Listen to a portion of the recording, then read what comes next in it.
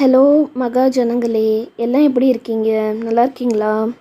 இன்றைக்கி நம்ம ரெசிபி டைமில் ஒரு சூப்பரான ஹெல்த்தியான தினை தோசை எப்படி செய்கிறதுன்னு தான் பார்க்க போகிறோம். இது வந்து ரொம்ப ஒரு சிம்பிள் அண்ட் ஹெல்த்தியான ரெசிபி. இதுக்கு வந்து மாவை எப்படி ஊற வைக்கணும் அரைக்கணுன்றதை நம்ம இந்த வீடியோவில் பார்க்கலாம். அதுக்கு நான் ஒரு பாத்திரம் எடுத்துக்கிறேன். இது பார்த்திங்கன்னா ஒரு கால் படி எடுத்துக்கிறேன்.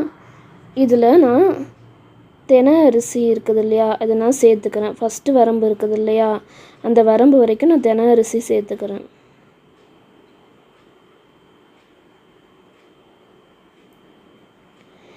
உங்களுக்கு வேணால் நீங்கள் அரைப்படி கூட எடுத்துக்கலாம். நான் கொஞ்சமாக செய்கிறதுனால கால்படி மட்டும் எடுத்துக்கிறேன். இப்போ தினை அரிசி எடுத்தாச்சு. இது கூடவே நம்ம உளுந்து சேர்த்துக்கலாம். உங்களுக்கு வேணும்னா நீங்கள் அரிசியும் சேர்த்துக்கலாம். இட்லிலாம் சுடுற மாதிரி இருந்ததுன்னா அரிசியும் நீங்கள்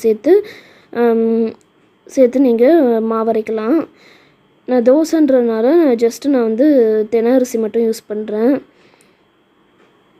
இப்போ ரெண்டுத்தையும் நல்லா வாஷ் பண்ணி எடுத்துடலாம்.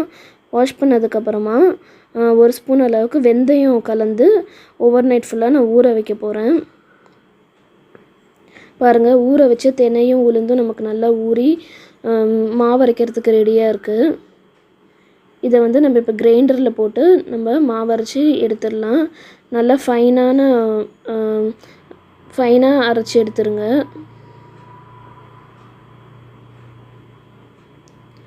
பாருங்கள், நான் இப்போ மாவு அரைச்சி எடுத்துட்டேன்.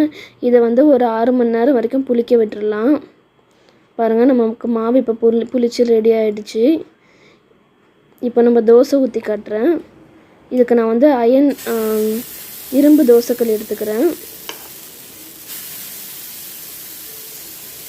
எப்பயுமே பார்த்திங்கன்னா சமையலுக்கு இரும்பு தோசைக்கல், இரும்பு வானல், அப்புறம் வந்து காய்கறி அரியறதுக்கு இரும்பு அருவாமனைலாம் யூஸ் பண்ணிங்கன்னா உங்களுக்கு வந்து அயன் அப்சார்ப்ஷன் கிடைக்கும் உடம்புக்கு.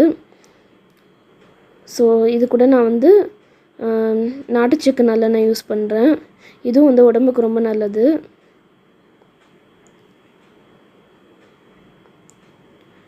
ஓகே, தோசை வந்து ஒரு சைடு வந்ததுக்கப்புறமா இன்னொரு சைடு திருப்பி போட்டுடலாம்.